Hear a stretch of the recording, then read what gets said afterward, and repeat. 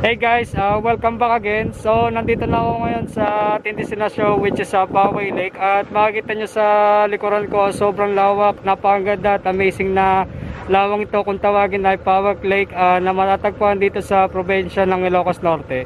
So, samahan nyo ko guys para explore natin at i-experience ang isang klaseng itong lawang ito na matatagpuan dito sa probinsya ng Ilocos Norte which is Poway Lake.